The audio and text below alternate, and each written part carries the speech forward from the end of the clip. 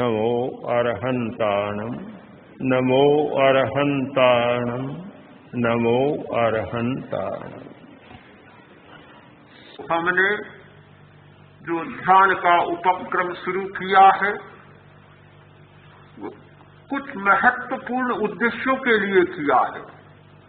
उनमें शरीर का स्वास्थ्य भी एक उद्देश्य हो सकता है, मैं इसे अस्वीकार नहीं करता, और शारीरिक स्वास्थ्य को भी कोई कम मूल्य नहीं देता, किंतु शरीर के स्वास्थ्य का जो मूल्य है उससे ज्यादा जिनका मूल्य है उनका मूल्य कम करना भी मैं नहीं चाहता। सबसे बड़ा मूल्य है अपने अस्तित्व का बोध। जिस व्यक्ति को अपने अस्तित्व का बोध जब तक नहीं होता तब तक ये स्वास्थ्य का प्रश्न भी जटिल बना रहेगा। हम इस बात को न भूलें कि स्वास्थ्य के पीछे केवल परिस्थिति, मौसम और ये कीटाणु जर्म यही नहीं होते हैं। केवल मन का ही प्रश्न नहीं है, स्वास्थ्य का प्रश्न बहुत गहरे में जुड़ा हुआ होता है।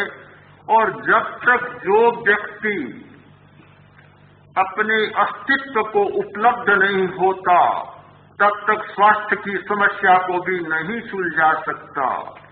ये सारी बीमारियां हमारे मिथ्या दृष्टिकोण के कारण आते हैं। मिथ्या दृष्टि जब तक समाप्त नहीं होती हमारे जीवन के दुख समाप्त नहीं हो सकते।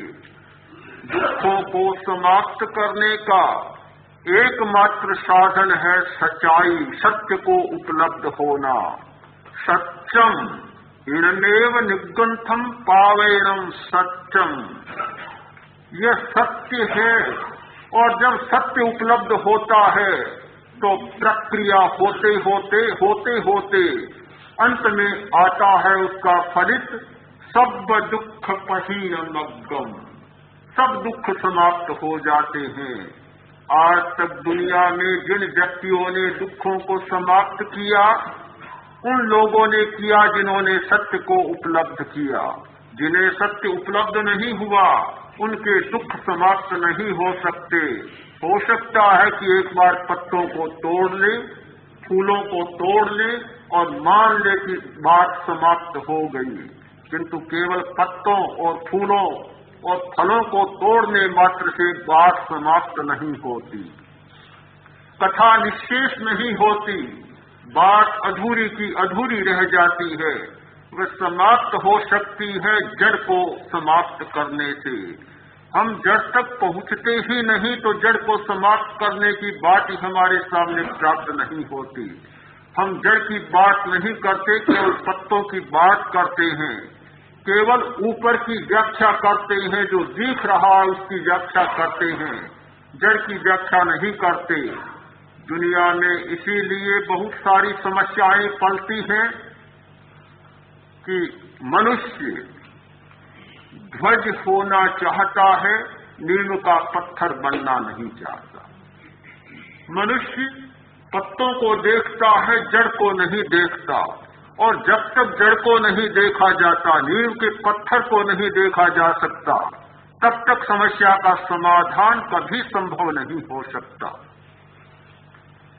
जो समस्या है मूलभूत वह है अस्तित्व की समस्या। जहां से कि यह सब कुछ आ रहा है, रोग एक दुख है, मानता हूं, अस्वास्थ्य दुख है, जन्म भी एक दुख है और मौत भी दुख है। जन्म उतना दुख नहीं, मौत उतना दुख नहीं, रोग भी उतना दुख नहीं जितना दुख मरने का भय और रोग का भय है। मरने का भय जितना दुख है उतना मरना दुख नहीं है। रोग का भय जो दुख है उतना रोग दुख नहीं है। हम एक प्रकार के अज्ञात भय से जाने अनजाने, जागते सोते, इस प्रकार मन में भय को पाल लेते हैं और वह भय हमें निरंतर सताता रहता है। आप किसी घटना को ले, कोई भी घटना, दुनिया की बड़ी से बड़ी घटना, और उस घटना के साथ अपने मन को न जोड़े, संवेदन को न जोड़े, कोई दुख नहीं होगा।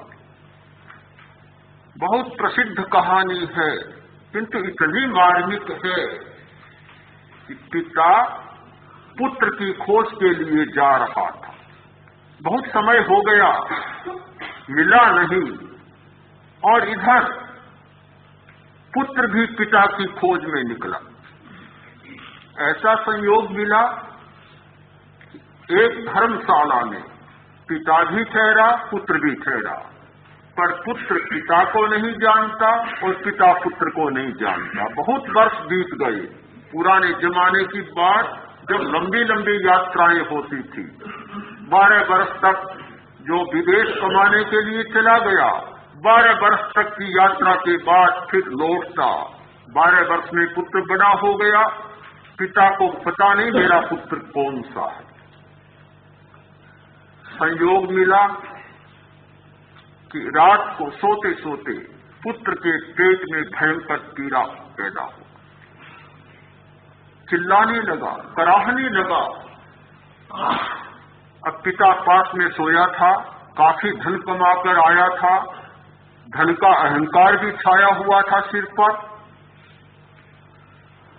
अपने कर्मचारियों से, नौकरों से, सेवकों से कहा, अरे सोने का समय कौन चिल्ला रहा है, चुप करो उसे। नौकर गए और कहा, सेठ जी सो रहे हैं, चिल्लाओ मत। उसके साथ भी आदमी था, सेवक ने कहा, ये कोई बस की बात है, दर्द हो रहा है, बच्चा है, दर्द हो रहा है, चिल्ला रहा है। आकर बताया कि ऐसी बात है। उसने फिर कहा कि नहीं, नींद हराम हो रही है, जाओ बंद करो। फिर गए नौकर, फिर कहा, उन्होंने नहीं माना। तीसरी बार क्रोध के आवेश में आकर कहा कि जाओ, मनाही करो, चुप कर दो, और नहीं होता है तो धर्मशाला से निकाल दो, बाहर फेंक दो बोरिए बिस्तर। जब गर्भ में आदमी होता है तो और भी बड़ी समस्या बन जाती। आदमी आए और डांटा, नहीं माना तो उसे निकालकर और बाहर फेंक दी। बच्चे को भी बाहर ले गए। संयोग ऐसा मिला कि बहुत भारी वेदना हुई, बहुत कष्ट हुआ और प्राण चले गए। शांत हो गया, सब कुछ शांत। तब शेख ने पूछा, अरे भैया अब तो हल्ला नहीं सुनाई दे रहा, क्या बात है? नौकरों ने कहा, हल्ला सदा के लिए समाप्त हो गया, अब कोई कोलाहल नहीं होगा। क्या हुआ कि वह मर गया। तब मन में एक प्रश्न उठा कि आखिर कौन था, बेचारा यात्री आया था, कौन था? स्वयं उठा, पता लगाया, गांव पूछा तो गांव वही निकला जिस गांव का था। पूछा भी कौन है, और जिज्ञासा बढ़ी तो बताया कि अमुक सेठ का लड़का है और अपने पिता को खोजने जा रहा था, मिलने जा रहा था। बस, या तो बाहर निकाल रहा था या अपने प्राण बाहर निकलने शुरू हो गए। अरे मेरा लड़का। बस, पहले तो वह चिल्ला रहा था और अब ये चिल्लाने लगा। वह चिल्ला रहा था तब तो शांत था, और अब ये चिल्लाने लगा तो कोई शांत करने वाला भी नहीं। मैं आपसे पूछना चाहता हूं, दुख कहां से आया, कहां से दुख आया? क्या वह लड़का मर गया इसलिए ये दुखी हुआ? यदि लड़का मर गया इसलिए दुखी होता तो 10 मिनट पहले भी दुखी हो जाता। कोई दुख नहीं हुआ, मरने पर कोई दुख नहीं हुआ, जब उसे बाहर निकाला कोई दुख नहीं हुआ। एक छोटा बच्चा अपने पेट की पीड़ा से कराह रहा था, कोई सहानुभूति नहीं, कोई संवेदना नहीं, कोई सहयोग नहीं, सहयोग की भावना नहीं, केवल अपने अहंकार का एक प्रदर्शन कर रहा था और उसे बाहर निकाल रहा था और सोच रहा था कि मेरी नींद खराब न हो जाए, किंतु जैसे ही पता चला कि ये मेरा लड़का है, एक साथ दुख का पहाड़ टूट पड़ा। ऐसा क्यों होता है कि जब घटना के साथ मन जुड़ता है, घटना के साथ मन जुड़ता है और प्रियता या अप्रियता की अनुभूति, प्रियता और अप्रियता का संवेदन जुड़ता है, अकस्मात सुख या दुख का अनुभव होने लग जाता है। यह सुख और दुख का अनुभव पदार्थ से नहीं होता, किसी घटना से नहीं होता।